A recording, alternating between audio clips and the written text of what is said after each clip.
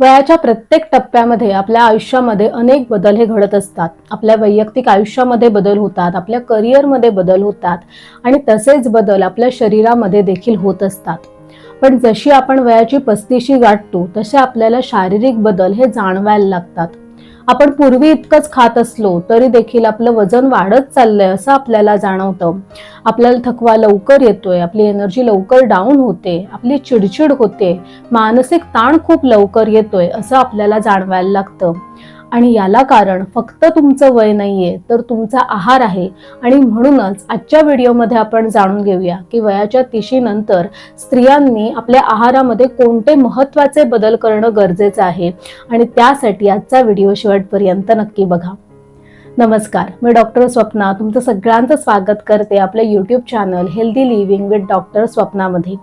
जर तुम्हाला आहार, आरोग्य, आयुर्वेद या विषयासंदर्भातले माहितीपूर्ण व्हिडिओ बघायला आवडत असतील तर चॅनलला आजच सबस्क्राईब करा, बेल आयकॉन दाबा म्हणजे मी व्हिडिओ अपलोड केला की त्याचं नोटिफिकेशन तुम्हाला हे मिळत राहील. बदल हा निसर्गाचा एक नियम आहे आणि हा नियम आपल्या शरीराला देखील लागू पडतो. आपल्या शरीरामध्ये सतत बदल हे होत असतात आणि स्त्रियांमध्ये देखील जसं त्यांची 30शी ओलांडायला लागते तसे काही महत्त्वाचे बदल हे घडून येतात. सगळ्यात पहिला आणि मोठा महत्त्वाचा बदल आहे तो म्हणजे हार्मोनल चेंजेस. साधारणतः 30 ते 40च्या पिरियडमध्ये स्त्रियांमध्ये पेरिमेनोपॉझल पिरियड हा सुरू होतो. पेरिमेनोपॉझल पिरियड म्हणजे पाळी बंद होण्या अगोदरचा काळ किंवा मेनोपॉजच्या अगोदरचा काळ. या काळात स्त्रियांच्या शरीरातले इस्ट्रोजन आणि प्रोजेस्टेरॉन हे हार्मोन्स हळूहळू कमी व्हायला लागतात. याबद्दलचा सविस्तर व्हिडिओ आहे तो मी चॅनलवर अगोदरच बनवलेला आहे. जर तुम्ही तो बघितला नसेल तर त्याची लिंक डिस्क्रिप्शन बॉक्समध्ये आहे, तो तुम्ही नक्की बघून घ्या. यामध्ये सगळ्यात पहिल्यांदा बदल दिसून येतो तो त्यांच्या पाळीच्या चक्रामध्ये. पाळीचं चक्र थोडंसं बदललेलं दिसून येतं. पाळीमध्ये होणारा स्त्राव असेल किंवा त्याचे दिवस असतील यामध्ये बदल हा प्रत्येकाला दिसून येतो. बरोबरनेच मानसिक बदल देखील दिसून येतात. चिडचिड होणं, मानसिक ताण येणं, उदास वाटणं ही लक्षणं या काळामध्ये दिसून येतात. दुसरा महत्त्वाचा बदल आहे ते म्हणजे त्यांचा मेटाबॉलिक रेट हळूहळू कमी होतो. वयानुसार प्रत्येकामध्येच त्याची चयापचय क्रिया आहे, त्याची गती, मेटाबॉलिक रेट आहे तो हळूहळू कमी व्हायला लागतो आणि त्यामुळेच तुम्ही पूर्वी इतकंच जरी खात असाल तरी देखील तुमचं वजन वाढतंय किंवा पोटाच्या काही तक्रारी सुरू झाल्यात असं तुम्हाला दिसून येतं. पुढचा महत्त्वाचा बदल आहे तो म्हणजे आपलं मसल मास कमी व्हायला लागतं. जसं जसं आपलं वय वाढतं तसं तसं आपलं मसल मास हे कमी व्हायला लागतं आणि त्याची जागा हे फॅट किंवा चरबी घ्यायला लागते. वयानुसार आपल्या जबाबदाऱ्या जसं वाढतात त्यानुरूप जर तुम्ही आहारामध्ये बदल केले गेले नाहीत तर जीवनसत्वांची कमतरता ही खूप दिसून येते आणि त्यात प्रामुख्याने लोहाची म्हणजे आयर्न डिफिशियन्सी या काळामध्ये खूप कॉमन असते. या सगळ्या महत्त्वाच्या बदलांमुळेच तुम्ही 20मध्ये 25मध्ये जसा आहार घेत होतात तसाच वयाच्या 30मध्ये किंवा 30 नंतर घेऊन हा चालत नाही. आहारामध्ये बदल करणं हे खूप गरजेचं आहे. यामध्ये 5 महत्त्वाचे बदल हे खूप गरजेचे ठरतात की ज्यामुळे तुमच्या येणाऱ्या काळामध्ये होणाऱ्या तुमच्या ज्या तक्रारी आहेत त्या कमी होतील. सगळ्यात पहिला आणि महत्त्वाचा बदल आहे तो म्हणजे प्रोटीन्स किंवा प्रथिनं. तुम्ही जॉब करत असाल, वर्किंग असाल किंवा हाऊसवाईफ असाल किंवा तुम्ही काहीही व्यायाम करत नसाल तरी देखील दिवसभरामध्ये आपल्याला शरीरामध्ये योग्य मात्रेमध्ये प्रथिनं मिळणं, आहारामध्ये ते असणं हे खूप गरजेचं आहे. साधारणतः 1 ग्रॅम पर केजी म्हणजे साधारणतः तुमचं वजन जर 50 किलो असेल तर तुमच्या रोजच्या आहारामध्ये 40 ते 50 ग्रॅम प्रथिनं ही असणं हे गरजेचं आहे. 30 नंतर आपलं मसल मास हे हळूहळू कमी व्हायला लागतं, त्याची जागा ही फॅट किंवा चरबी घ्यायला लागते आणि म्हणूनच तुमची मसल स्ट्रेंथ चांगली राहण्यासाठी, तुमचे हार्मोन्स बॅलन्स राहण्यासाठी आहारामध्ये योग्य मात्रेमध्ये प्रथिनं असणं हे खूप गरजेचं आहे. म्हणूनच तुमच्या आहारामध्ये डाळी, उसळी बरोबरच दुधाचे पदार्थ, दूध, दही, ताक किंवा दुग्धजन्य जे इतर पदार्थ आहेत ते व्यवस्थित मात्रेमध्ये असणं हे खूप गरजेचं आहे. तुम्ही जर नॉन व्हेजिटेरियन असाल तर तुमच्या आहारामध्ये मासे, अंडी याचं प्रमाण हे असणं गरजेचं आहे. म्हणूनच फक्त भातापुरतं वरण घेणं, फक्त भाजीपुरती उसळ खाणं असं न करता तुमच्या आहारामध्ये उसळ, डाळी याचं प्रमाण हे भात आणि चपाती इतकंच वाढवणं हे खूप गरजेचं आहे की ज्यामुळे तुम्हाला योग्य मात्रेमध्ये प्रथिनं ही तुम्हाला मिळू शकतील. पुढचा महत्त्वाचा घटक आहे तो म्हणजे लोह किंवा आयर्न. 30 ते 40चा टप्पा जर स्त्रियांमध्ये बघितला तर या काळामध्ये त्यांच्या जबाबदाऱ्या ह्या थोड्याशा वाढलेल्या दिसतील. या काळातल्या अनेक स्त्रियांची मुलंही लहान असतात किंवा जर उशिरा लग्न झालं असेल तर तुम्ही मुलं होण्यासाठी तयारी करत असता. पण या वाढलेल्या जबाबदाऱ्यांबरोबरच तुमच्या घरातील जबाबदाऱ्या किंवा तुम्ही नोकरी करत असाल तर त्या जबाबदाऱ्या ह्या आपल्यावर असतातच. आणि या सगळ्या जबाबदाऱ्या पेलताना त्या दृष्टीने तुमच्या आहारामध्ये पोषक घटक असणं हे देखील गरजेचं आहे. पण अनेक वेळेला तेवढं लक्ष दिलं जात नाही आणि म्हणूनच या काळामध्ये जीवनसत्वांची कमतरता, विशेषतः आयर्न डिफिशियन्सी या काळातील स्त्रियांमध्ये खूप जास्त दिसून येते. आणि म्हणूनच तुमच्या आहारामध्ये लोह हे व्यवस्थित मात्रेमध्ये असणं हे खूप गरजेचं आहे. यासाठी हिरव्या पालेभाज्या आहारामध्ये असणं हे गरजेचं आहेच. बरोबरीने तुमच्या रोजच्या आहारामध्ये किंवा तुमच्या रोजच्या तुम्हाला जे छोटीशी भूक लागते त्यावेळेला काळ्या मनुका, जर्दाळू, अंजीर, खजूर यापैकी एक काहीतरी तुमच्या आहारामध्ये असणं की त्यावेळेला तुम्ही खाणं, यामुळे तुमची एनर्जी टिकून राहते आणि तुमचं लोह देखील व्यवस्थित राहण्यासाठी मदत होते. तुम्ही जर नॉन व्हेजिटेरियन असाल तर नॉनव्हेज मध्ये चिकन लिव्हर किंवा मीट लिव्हर याच्यामध्ये लोह हे खूप पुरेपूर भरलेलं असतं आणि त्यांचं शरीरामध्ये शोषण देखील खूप लवकर होतं.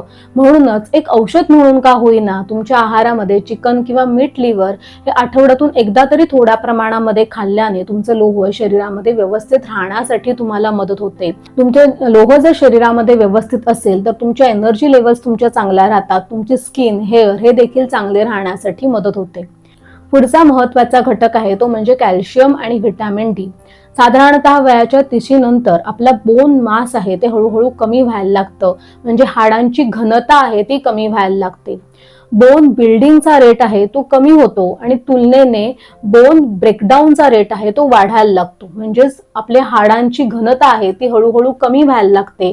तुलनेने जी नवीन पेशी, नवीन हाडांच्या पेशी तयार व्हायला पाहिजे त्या तुलनेने तेवढ्या प्रमाणामध्ये तयार होत नाहीत आणि आपली हाडं आहेत ती हळूहळू ठिसूळ व्हायला लागतात.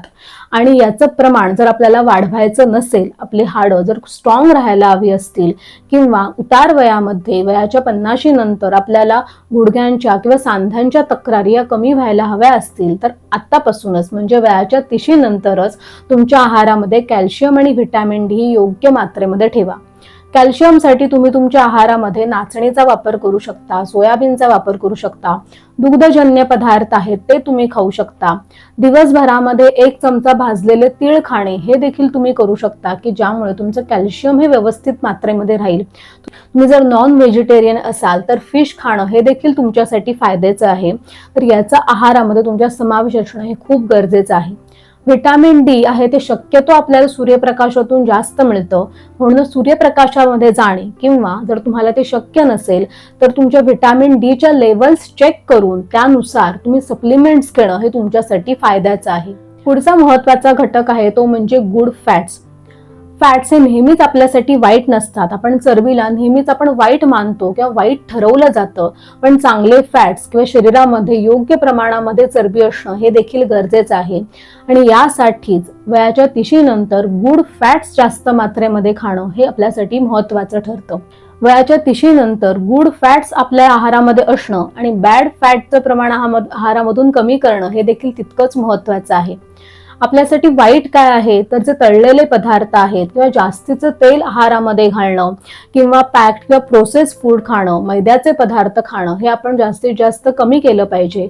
पण त्याऐवजी आहारामध्ये जे चांगले स्निग्धांश असणारे पदार्थ आहेत, जे गुड फॅट आहेत ते असणं खूप गरजेचं आहे.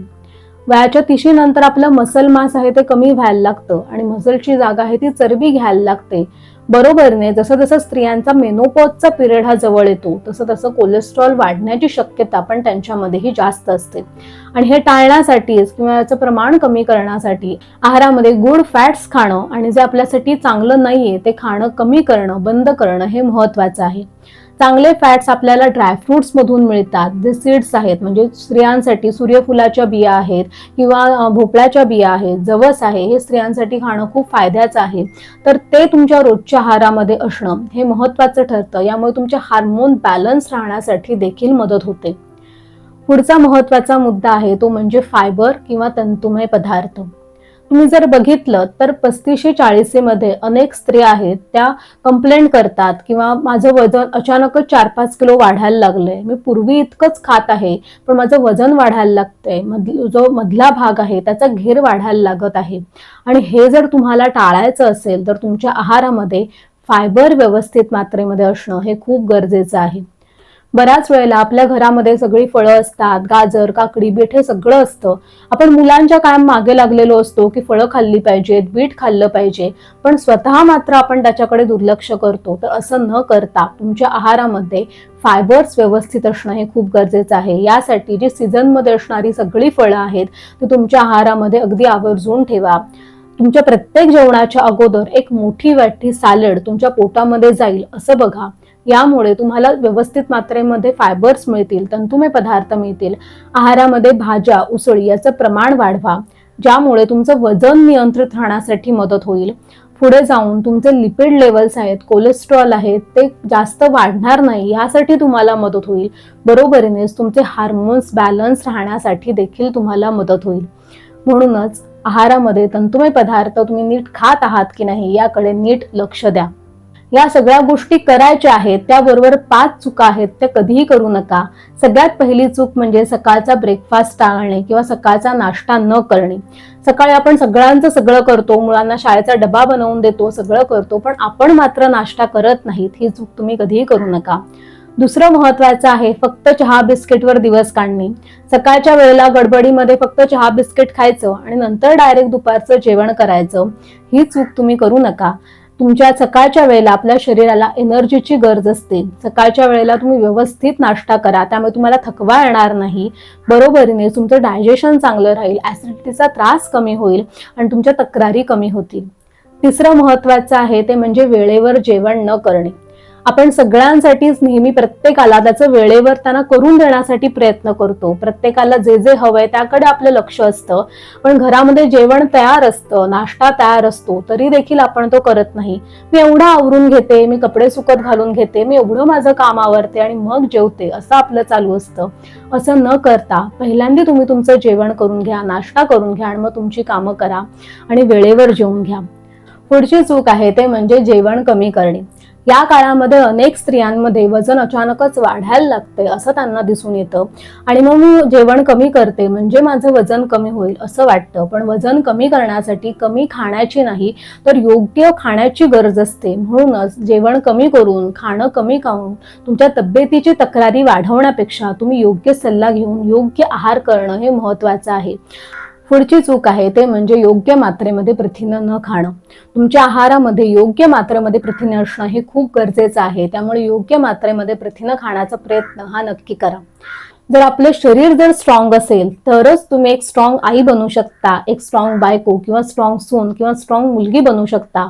आणि स्ट्रॉंग शरीर राहण्यासाठी तुमच्या आहारामधील बदल हे महत्त्वाचे ठरतात आणि म्हणूनच तुम्ही सांगितलेले बदल आहेत ते करण्याचा प्रयत्न हा नक्की करा. आजच्या महिला दिनाच्या माझ्या सगळ्या मैत्रिणींना खूप खूप शुभेच्छा. मला आशा आहे की आजच्या व्हिडिओमधून तुम्हाला काहीतरी महत्त्वाची किंवा गरजेची माहिती मिळाली असेल. तुम्हाला आजचा व्हिडिओ जर आवडला असेल किंवा गरजेचा वाटला असेल तर तुमच्या मित्रमैत्रिणींना, नातेवाईकांना हा व्हिडिओ नक्की पाठवा. असेच अनेक माहितीपूर्ण व्हिडिओ बघण्यासाठी चॅनलला आजच सबस्क्राईब करा. बेल आयकॉन दाबा म्हणजे मी व्हिडिओ अपलोड केला की त्याचं नोटिफिकेशन तुम्हाला मिळत राहील. आणि तोपर्यंत हेल्दी राहा आणि हॅप्पी राहा. नमस्कार.